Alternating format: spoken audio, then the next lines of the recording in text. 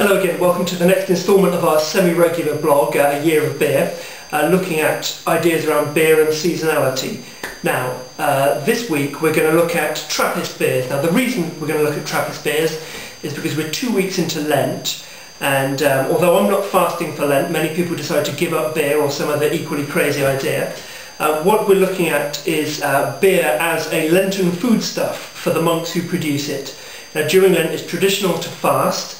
Many monks go from dawn to dusk without eating anything, but there's no prohibition against drinking. So what we have here are a selection of fine Trappist ales that are used as sustenance by genuine Trappist monks during the long 40 days of Lent to keep them going and to help power them and to perhaps induce meditative states.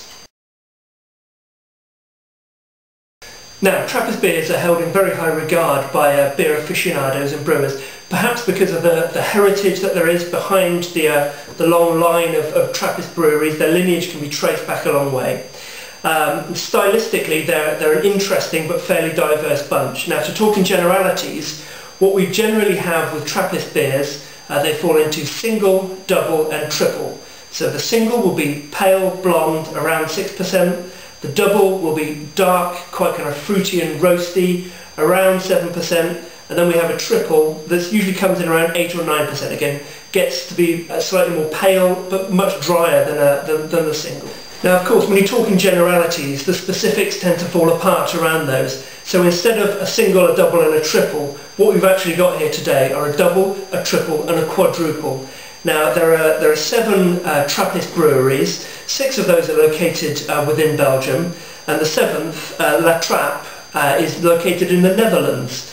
And now I've picked these beers not because I think they're necessarily the best beers of the Trappist bunch, but what I think they are is very accessible and they're quite easy to understand. They have a nice kind of intensity, and they express nicely the divisions between double and triple, and also a little bit quadruple, which is a slightly rarer style. But okay, enough yakking. Let's open these and see what they're like. Okay, so let's Trappe double. So we know that doubles are going to be around 7.5%, fairly dark, fairly fruity. So let's pour a little out. Yep, lovely. You can see that's fairly dark, quite tawny. Yeah, and we have a very kind of slightly dried fruit, caramelly figginess. The alcohol isn't really apparent at this strength. Initial sweetness, big kind of burst of roasted fruity malt, and then it dries a little bit in the finish, but the fruitiness, the figgy fruitiness, carries all the way through on this one. Now, moving on to the triple, we know that the triple is going to be around 8 or 9%. Stylistically, it's traditionally very pale. Let's pour that out and see if that holds true. Yeah, fairly pale, slightly amber in colour. Maybe a little darker than I was expecting, kind of ambery gold. And again, you've got there's a slight maltiness to it, but what you also have is a nice herbal hop character. Slightly, you can't smell bitter, but you get the idea that this is going to be a little bit more bitter than the last one.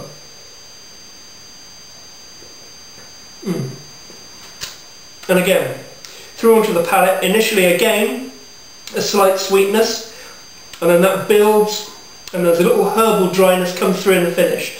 Predominantly, I would say, sweet, but drying towards the end. Moving on to the quadruple, and again, we're back slightly darker again, and a big kind of plummy, slightly alcohol. The alcohol is becoming evident. We're up to around 10%. It's plummy, it's sort of brandyish, spirity.